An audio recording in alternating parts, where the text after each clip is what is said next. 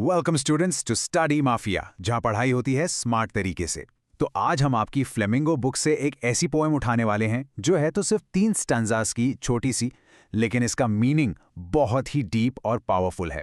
हम बात कर रहे हैं आंट जेनिफर्स टाइगर्स की, जिसे लिखा है एड्रियन रिच ने।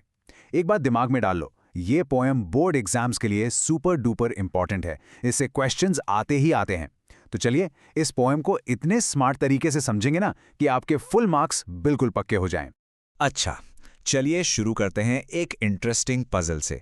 जैसा आप स्क्रीन पर देख रहे हैं, एक तरफ है एक डरी हुई कमजोर सी औरत एंट जेनिफर, और दूसरी तरफ उनके बनाए हुए टाइगर्स जो एकदम फियरलेस हैं, पावरफुल हैं, आज़ाद हैं। तो सवाल ये उठता है कि एक इतनी डरी हुई औरत आखिर इतनी हिम्मत वाली, इतनी कॉन्फिडेंट चीज़ कैसे बना सकती है? यही इस पोएम का सबसे बड़ा राज है, जिसे हम आज मिलकर डिकोड करने वाले हैं। तो ये रहा हमारा आज का गेम प्लान। हम इसे स्टेप बाय स्टेप समझेंगे ताकि कोई कंफ्यूजन न रहे। सबसे पहले स्टैंजा 1 में हम उन फियरलेस टाइगर्स की दुनिया में घुसेंगे। फिर स्टैंजा 2 में हम अचानक से एंट जेनिफर की असली आज़ाद दुनिया से बिल्कुल अलग रियलिटी को जानेंगे। उसके बाद स्टैंजा 3 में हम देखेंगे कि आर्ट कैसे हमेशा जिंदा रहती है। और हाँ, आखिर में सबसे ज़रूरी हमारा एग्जाम ब्लूप्रिंट सेक्शन। वहाँ मैं आपको वो सारे की पॉइंट्स बताऊंगा जो आपको बोर्ड एग्जाम्स में फुल मार्क्स स्कोर करने में हेल्प करेंगे। तो चलिए शुरू करते हैं। ओके, तो हमारा पहला स्टॉप है स्टैंजा 1। ये स्टैंजा टाइगर्स के बारे में है। यहाँ पर पोएट एक ऐसी दुनिया क्रिएट करती हैं जो फ्रीडम, स्ट्रेंथ और कॉन्फिडेंस से भरी हुई है, एकदम परफेक्ट। ये वो दुनिया है जिसे आंट जेनिफर ने अपनी सुई धागे से, अपनी एम्ब्रॉयडरी से एक कपड़े पर बनाया है। चलिए पहले मैं स्टैंजा को आपके लिए रीड करता हूं। Aunt Jennifer's tigers prance across her screen, bright topaz denizens of a world of green. They do not fear the men beneath the tree. They pace in sleek chivalric certainty. अब चिंता मत करो, हम इसको line by line एकदम simple Hindi में break down करेंगे। आगे बढ़ने से पहले ना 2 इंपॉर्टेंट वर्ड्स का मतलब समझ लेते हैं। पहला है टोपाज। टोपाज बच्चों एक चमकीला पीले रंग का कीमती पत्थर होता है, जिसे हम पुखराज भी कहते हैं। यहाँ पोएट ने इस वर्ड का यूज टाइगर्स के सुनहरे चमकदार रंग को बताने के लिए किया है। सिंपल। दूसरा वर्ड है शिवैलरिक। इसका मतलब है बहादुर, कॉन्फिडेंट, एकदम प्राउड। ऐसा बिहेवियर जिसमें गर्व और सम्मान हो, जैसे पुराने जमाने के ब्रेव नाइट्स होते थे ना, बिल्कुल वैसा। तो इन लाइंस का आखिर मतलब क्या हुआ? मतलब ये है कि एंट जेनिफर ने जो टाइगर्स बनाए हैं वो एक पर्दे या कपड़े पर उछाल कूद कर रहे हैं। वो टोपाज की तरह ब्राइट येलो हैं और हरे भरे जंगल के फियरलेस रहने वाले हैं। और सबसे बड़ी बात, वो इतने कॉन्फिडेंट हैं कि वो पेड़ के नीचे खड़े आदमियों से भी नहीं डरते। वो बड़े गर्व से एकदम शिवैलरिक स्टाइल में घूम रहे हैं। तो बेसिकली ये टाइगर्स एनर्जी, फ्रीडम और पावर के सिंबल हैं। वो सब कुछ जो एंट जेनिफर अपनी असली जिंदगी में चाहती हैं। ये उनकी सपनों की दुनिया है। तो एक क्विक रिकैप हो जाए। स्टैंजा 1 से हमें ये बिल्कुल क्लियर हो जाता है कि टाइगर्स उस आज़ादी और हिम्मत को रिप्रेजेंट करते हैं जो एंट जेनिफर की अपनी रियल लाइफ से बिल्कुल गायब है। ये उनकी कल्पना है, एक ऐसी परफेक्ट फियरलेस दुनिया की जिसे वो जीना चाहती हैं। इस पॉइंट को नोट कर लेना। अब हम आते हैं स्टैंजा 2 पर, और यहाँ कहानी एकदम यू टर्न ले लेती है। पोएट एक बहुत ही शार्प कॉन्ट्रास्ट, एकदम जमीन आसमान का फर्क दिखाती हैं। हम टाइगर्स की आज़ाद दुनिया से निकलकर सीधा एंट जेनिफर की मुश्किल भरी असली जिंदगी में आ जाते हैं। यहाँ आपको उस पजल का जवाब मिलेगा जो हमने शुरू में देखा था। मैं इस स्टैंजा को पढ़ता हूं, ध्यान से सुनिए, फील करने की कोशिश कीजिए। Aunt Jennifer's fingers fluttering through her wool find even the ivory needle hard to pull. The massive weight of Uncle's wedding band sits heavily upon Aunt Jennifer's hand.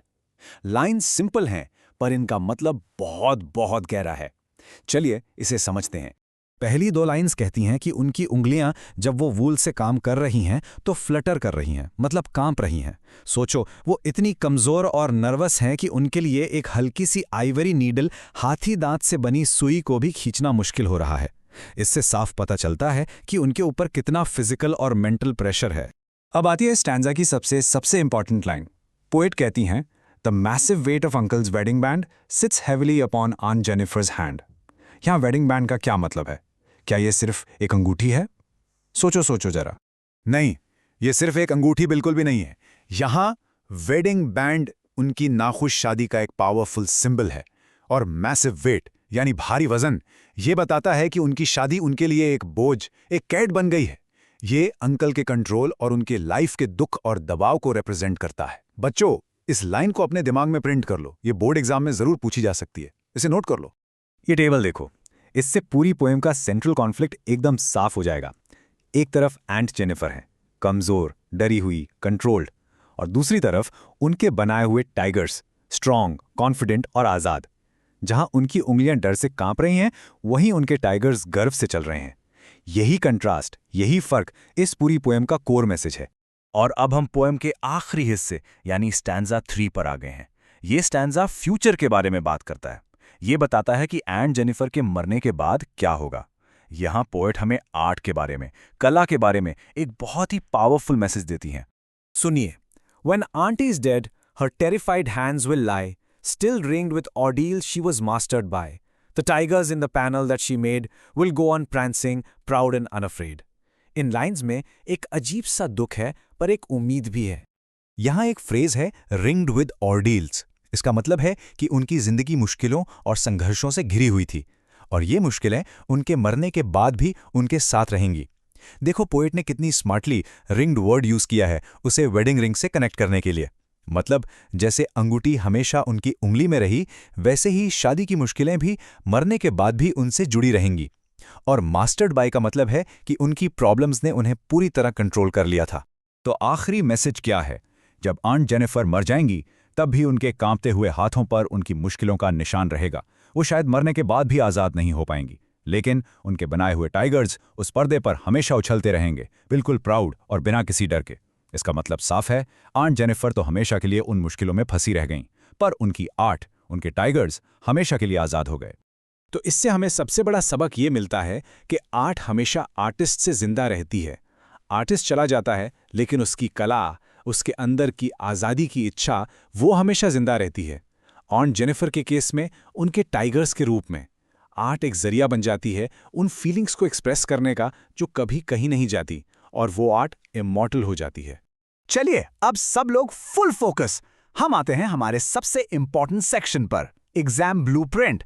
इस सेक्शन में हम सब कुछ फटाफट रिवाइज करेंगे, और मैं आपको वो कीवर्ड्स बताऊंगा जो आपको अपने आंसर्स में लिखने ही लिखने हैं, फुल मार्क्स स्कोर करने के लिए। रेडी हो? इस पोएम के 3 मेन थीम्स हैं, इनको रट लो। पहला, patriarchy and operation in marriage, यानी कैसे एक मेल डोमिनेटेड सोसाइटी में शादी एक औरत के लिए बोझ बन सकती है। दूसरा, creative expression as an escape, यानी एंट जेनिफर अपनी आर्ट के जरिए अपनी दबी हुई इच्छाओं को आज़ाद करती हैं।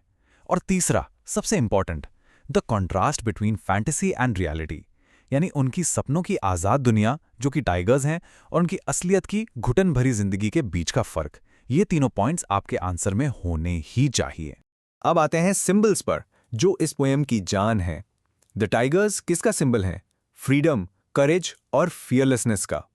Wedding band, operation, patriarchal control और बोझ का। और आंट के हाथ, उनके डर, कमजोरी और गुलामी का सिंबल है। ये सिंबल्स एग्जाम में पूछे जा सकते हैं, इसलिए इनको अच्छे से याद रखना। तो हमारी आज की पूरी डिस्कशन के बाद मैं आपके लिए एक सवाल छोड़कर जा रहा हूं। आंट जेनिफर की कहानी हमें आर्ट की ताकत के बारे में आखिर क्या सिखाती है? इसके बारे में जरूर सोचना। इससे आपको इस पोएम का डीपर मीनिंग समझने में और भी ज्यादा हेल्प मिलेगी। तो उम्मीद है आप सबको ये पूरी पोएम एकदम क्रिस्टल क्लियर हो गई होगी। मैंने कोशिश की है कि हर पॉइंट को इतने सिंपल तरीके से एक्सप्लेन करूं कि आप एग्जाम्स में कॉन्फिडेंटली अपने आंसर्स लिख पाएं। सब समझ आया? कोई डाउट तो नहीं? बस इतना ही। अगर आज का कॉन्सेप्ट क्लियर हो गया हो तो इस वीडियो को लाइक करो, अपने दोस्तों के साथ शेयर करो, और स्टडी माफिया को सब्सक्राइब करना मत भूलना, क्योंकि यहाँ पढ़ाई होती है स्मार्ट तरीके से।